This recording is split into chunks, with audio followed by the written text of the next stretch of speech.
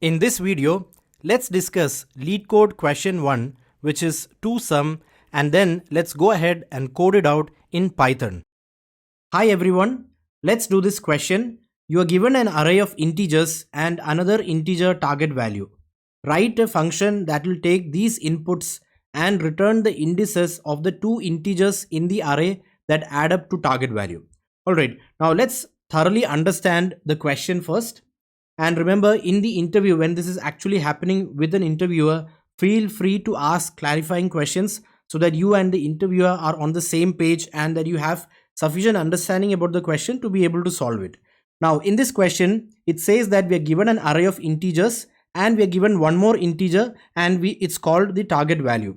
And we need to check whether any two elements in the array which is given to us add up to the target value, and if so, then we need to return the indices of those two integers in the array. So that's the question.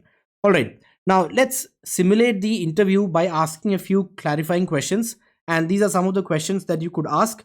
Now let's say you're asking the interviewer, what if no two integers add up to the target value? So what should you do at that point? Now let's say the interviewer replies, okay, in that case, return an empty array. All right. Now another question which you could ask is, will multiple pairs of integers add up to the target value? And let's say the interviewer says, no, at most one pair will add up to the target value. Now, again, you could ask, are all numbers positive? Now, the interviewer could say, no, there can be negative integers also. Now, don't worry, it's not exactly required that probably this question may or may not have an impact on the solution. But you can feel free that if it's a valid question, if you feel that it's good to know, you can feel free to ask that question to the interviewer.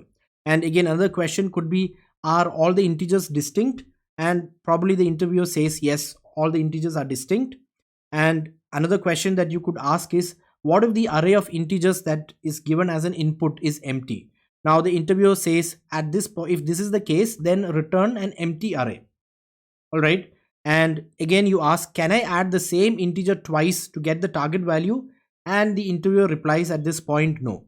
All right. So these are some of the clarifying questions that you could ask for this question. So always feel free to ask sufficient clarifying questions to get a good understanding about the question. Now, once you have done this, let's work on some test cases. Remember, test cases are just different inputs and you write out the expected output in those cases. And in the actual interview, you can form these test cases along with the interviewer. So that's not a problem. You can always say, all right, so thank you for the answers that you have given. Now, is it okay if we work together to formulate some test cases? So you can do that. All right. Now, let's say the input array is 2, 7 and the target value given is 9. So what should be the output in this case? In this case, the output has to be 0, 1, right? Because the indices over here, this has an index 0 and this has an index 1, and we need to return the indices as per the question. Now, what if the array which is given to us is, let's say, 2, 7, 3, -1 and 4, and the target value is equal to 2. Now, in this case, we can see that if we add up these two, 3 and -1, we will get the target value. So we need to return the indices of these two values. So this is 0, 1, 2, this is 2, and this is 3, right? So the answer or the output in this case should be 2, 3. Now, what if, again, the same array is given as input and the target value, let's say, is equal to 100. So there are no two values in the input array which add up to the target value. So in this case, the output has to be an empty array as per the clarification that we got from the interviewer. And let's say you have a single element as input, which is 25, and the target value is also 25. So what should be the output in this case? In this case also, the output has to be an empty array, because as per the question, we need to find two integers that add up to the target value. So again, only one integer is there in this array, so that's not possible, and we have to return an empty array. And let's say again, an empty array is given as an input, and whatever target value is given, in this case also the output has to be an empty array. All right, so we have understood the question and we have formulated test cases. Now it is time to think of a way to solve this. So we will look at two ways in which we can solve this. Now, before you go ahead and look at the solution, try to think through the problem and try to think about a way in which you would solve this. Hi everyone. So we have understood the question and we have formulated test cases. Now let's try to look at the logic or the method by which we can solve this. Now the first method that we discuss over here is the brute force method, which is very simple to understand, but probably not the best or the most optimal solution. Now let's walk through this first. Let's say the given array is 2, 7, 3, minus 1, 4, and the target value is equal to 2. Alright. Now let me write the indices of the elements of the given array. So 0, 1, 2, 3, and 4. Now, initially, let's say we initialize a pointer and let it point to the first element in the given array. Now, naturally, what is it that we are trying to do? We will be looking at, we'll keep this constant and we will look at all the other values and see if there are any two values which add up to the target value, right? So that's the brute force method. We are just looking at how a normal person would just without any knowledge about complexity would try to solve this. So we would traverse the remaining elements over here, and let's say we have another pointer and let that be called j, and we will see whether any element at the ith index and the jth index, when we add them, whether we can get the target value. So we will check if array at ith index plus array at jth index, so this is ith index element and this is the element at the jth index, if they add up to the target value. So that's what you're checking. So we'll see if 2 plus 7 is 2 or 2 plus 3 is 2, etc. So now checking this is the same. Another way in which some people may write this is we could also check whether j is equal to the target value minus the value at the ith index. Again, this is the value at the jth index. Alright, so these two are just one and the same thing. It's just two ways of checking the same thing. Alright, so we have our array over here. Now let's try to see how this spans out. So first our index or our pointer is pointing at 2. So I is equal to 2. Alright, so the value of I is 2. Now what's the value that we need? 2 plus something is equal to the target value, which is 2. So the needed value is this 2 minus what we have over here, right? So that's target value minus the value at the ith index, or 2 minus 2, which is equal to 0, because 2 plus 0 is equal to 2. So we need 0, right? So we're going to traverse the remaining elements, which are these elements which we have seen over here, and we're going to check whether we have 0 over here. So over here we have 7, we have 3, we have minus 1, and we have 4. So in none of these we have 0. So definitely there is no solution in which this is part of the solution. So we change the value of I by changing the pointer, and we point to the next element, which is 7. So the value at the ith index now is 7. Now 7 plus something is equal to the target value, which is 2. So the needed value is equal to 2 minus 7, which is equal to minus 5. So we are going to check the remaining values, which is this part over here, and we will see whether we have minus 5 in any of these places. Now notice that we are only checking the remaining values. We are not checking what came before it, right? We are not checking what is over here. Now why is that so? Because if what is over here was a solution, then it's the same. Writing the solution as 2 comma 7 or 7 comma 2 is one and the same, right? So if what came over here was part of the solution, we would have already found it in the previous iteration. But because it was not found in the previous iteration, so we don't need to check this in the next iteration. So a possible solution can only exist as a pair of 7 and one of the remaining elements. So again, we are checking for minus 5. Now we look at the remaining parts and we see that in none of these places we have minus 5, right? So again, we move the pointer of I, so it was over here, and again we move it to the next one, which is 3, right? So I at this point is 3. Now the needed value is target value minus 3, right? Target value minus the ith value, which is equal to minus 1 at this point. So we are checking for minus 1. Again, we only need to check the remaining parts. We don't need to check what came before it, because again, as we've already discussed, if what came before was part of the solution, it would already have been caught in the previous iterations, right? Because it was not caught, so we don't need to care about these values. We're going to check only for the remaining parts. Now the next value is minus 1, right? And when we see that 3 plus minus 1, that's 2, that's the needed value, right? We were checking for minus 1 and we saw that minus 1 is there in the next value. So we got our answer. 3 plus minus 1 is equal to 2, and as the question asks us to return the indices, don't return 3 and minus 1, rather than return the indices 2 and 3, and that is our answer. The answer is 2 comma 3. All right, now let's take a look at the complexity, at the space and time complexity of this solution, the brute force solution. Now over here you can see that with the pointer I, we are traversing the array once. So if in the array there are n elements, we would be doing n operations to traverse the array once with the pointer I.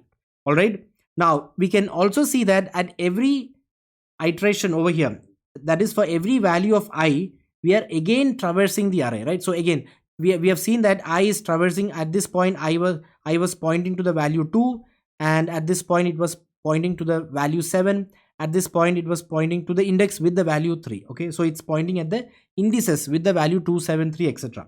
So we were traversing the array by changing this pointer. Now at each I, we are again traversing the array. So that's what we did with the j pointer over here. And so this is another n iterations. So for every iteration over here, and again we have n iterations over here, for every one of these iterations we are doing n iterations again, right? So that's why the time complexity of this solution is O of n into n, which is O of n square. Now it's true that we are traversing only n minus 1 operations over here, and when I was pointing to the value to the index 1 and it had the value 7, we were doing only n minus 2 iterations over here. But then we just need to know the trend, right? As the time for running the algorithm, we are actually concerned with that, right? We are concerned with the larger picture. So that's why we are not exactly taking it as n minus 1, n minus 2, etc. In general, it's n iterations for every iteration in the previous traversing of the array. So that's why the time complexity of this solution is O of n square. Now what about the space complexity of this solution? We can see that we are not storing anything extra, right? We're not creating a new array or using up space. So the space complexity is O of 1, which is the same as saying it runs in constant space. So the time complexity is O of n square and the space is O of 1. Now O of n square is not a good time complexity, right? Now let's see in the next video whether we can do better than this. Now a hint that we can take away from this is we can improve the time complexity by using more space, and we'll see how to do that with the hash table in the next video. Hi everyone. Now let's go through the Python code for the solution that we have discussed. Now for this, let's take an example. So over here we have the array 2, -1, 5 and 3, and let's say the target value is 4. So over here we have our function toSum, and once we are inside this function we have one for loop, and over here you can see we have the nested for loop, and it is because of this that we have an O of n square time complexity. Now let's just walk through this. So in this case the length of the array is 4, right? And 4 minus 1 is 3, so this is range 3. Now when I is taking the values in the range 3, so that means I will take the values 0, 1 and 2. 3 is not included.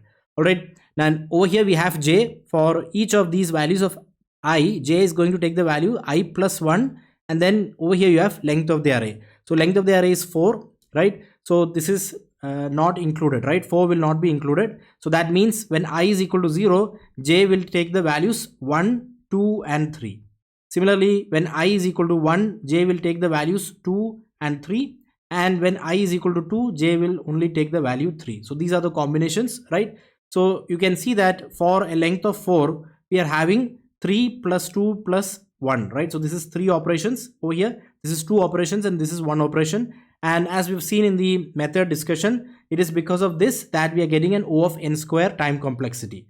And for each of these combinations, we're just going to check whether array at I plus array at j is equal to the target value. So let's just walk through it. So when I is equal to 0, j is 1, the sum is in this case 0 is 2 at index 0, right? So let me write the indices over here: 0, 1, 2 and 3. So when we are taking the indices 0 and 1, so that's these two values, 2 and -1, right? So they don't add up to 4, so we proceed. When we take 0 and 2, so that is 2 and 5, these don't add up to 4, we proceed.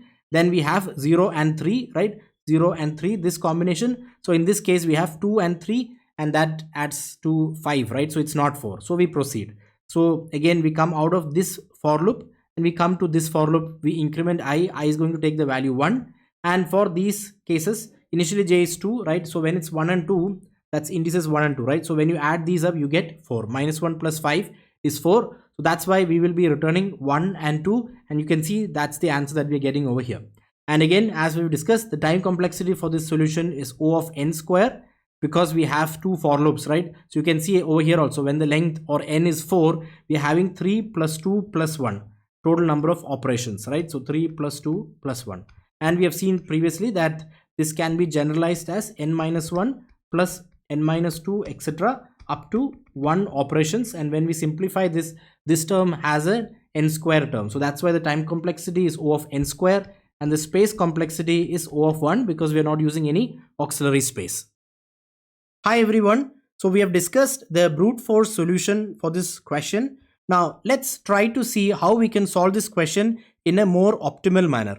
Now over here, we have seen that for each value of I, we were traversing the array again and again, right? So we are not storing the values anywhere.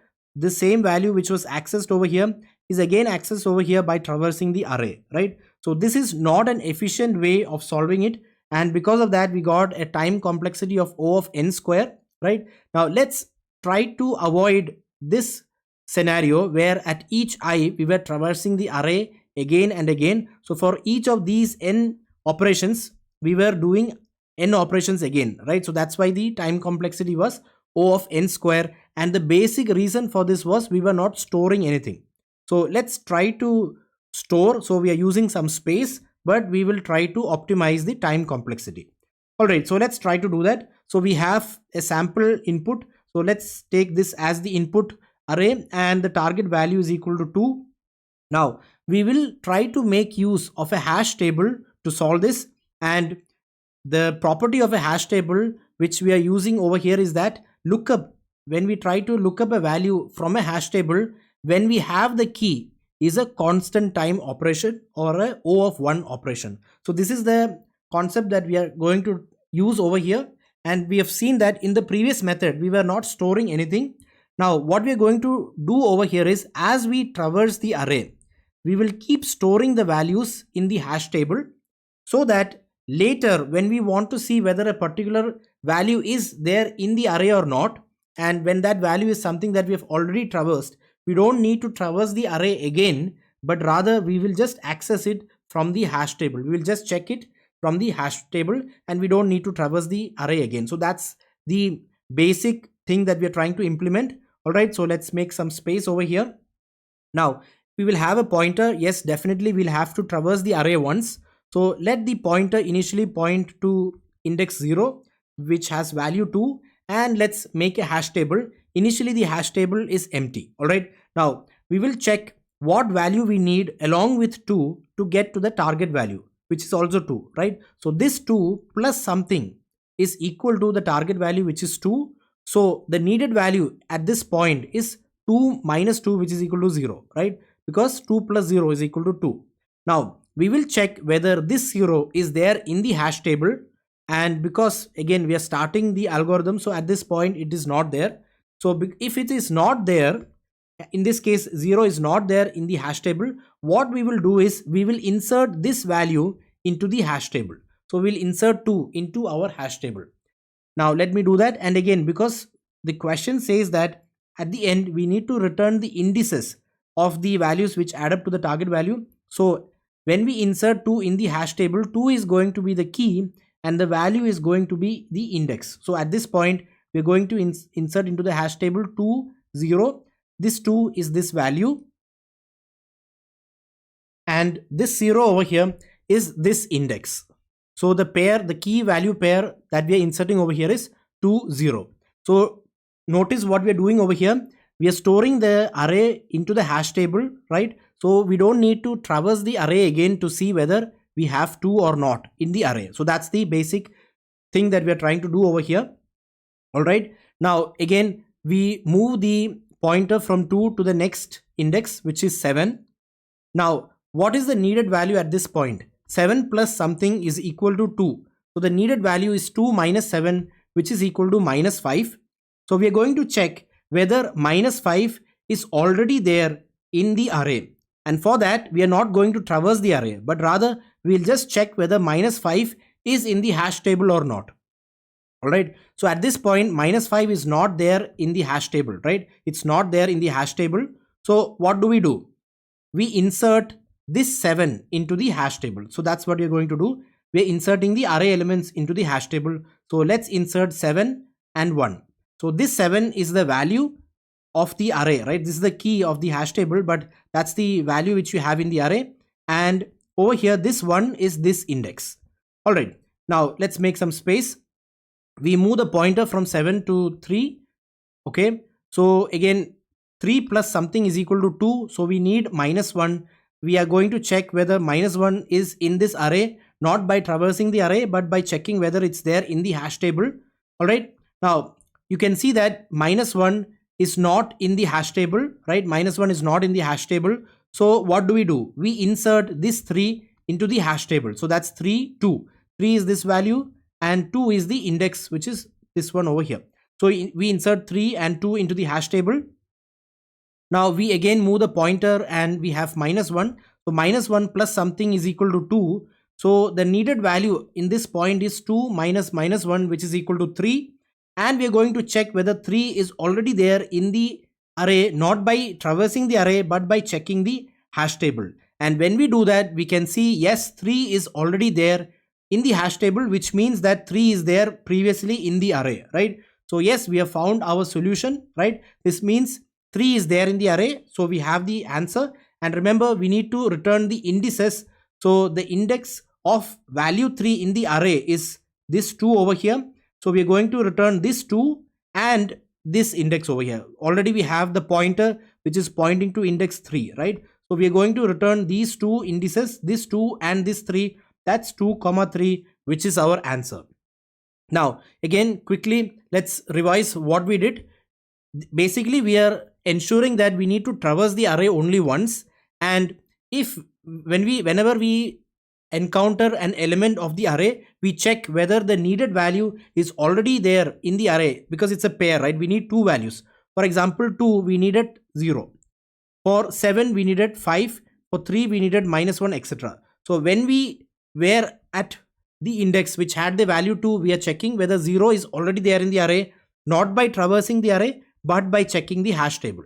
Similarly, when we were at the index which had the value 7, this one over here, we were checking whether 5 is already there in the array by checking whether it's there in the hash table.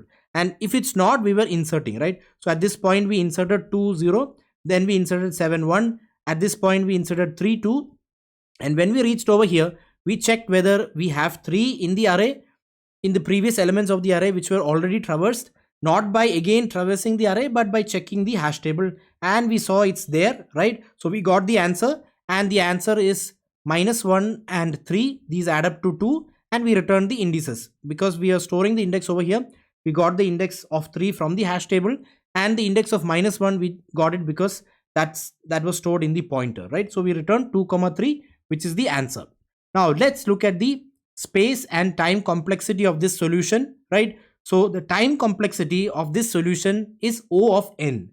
We have seen that the time complexity of the brute force solution, where we had 2 for loops, right? So there was a nested for loop. The time complexity was O of n square. So we were able to improve upon that to O of n. Why is that so? We are traversing the array only once, right? We are traversing it only once, which is what we have done, which is what we are doing over here. And remember, accessing from the hash table when we know the key is a constant time operation. So checking whether it's a particular value is in the hash table, and if it's there, taking the index is a constant time operation. So that's not adding to our time complexity. So the time complexity over here is O of n, and the space complexity over here is also O of n, right? Because max, we need to insert n pairs into the hash table, right? Let's say we have these 5 elements. So in the worst case, our hash table will have 5 pairs, right? 2, 0, 7, 1, 3, 2, -1 and 3 and 4, 4, right? So that's the worst case scenario, and this is n elements. So if there are n elements in the input array, the hash table will have at the most n pairs. So that's why, because we are storing this extra hash table, that's why the space complexity of this solution is O of n. So in the brute force solution, the space complexity was O of 1, but by increasing the space used to O of n, we were able to improve the time complexity. In the brute force solution, it was O of n square, but we were able to improve it to O of n. Hi everyone, let's now go ahead and discuss the Python code for the solution that we have discussed. Now for this, let's take a sample and walk through the code which I've written over here. So let's say we are passing 2, -1, 5 and 3, this array, and the target value as 4 to this function toSum optimal. Now once we are inside the function, we have declared a hash table over here. Now it's empty at this point, or you can also say this is a dictionary, right, in Python. And then over here we have a for loop. Now I is going to take the values 0, and then length of the array in this case is 4, right? So when you have range 4, that means it's going to take the values from 0 till 3, right? 4 is not included. So 0, 1, 2 and 3 are the values that I will take, and then you can see that these are nothing but the indices of the array which is given to us, right? So 0, 1, 2 and 3. So this for loop is just going to do n operations. All right, now let's proceed. So what happens inside the for loop?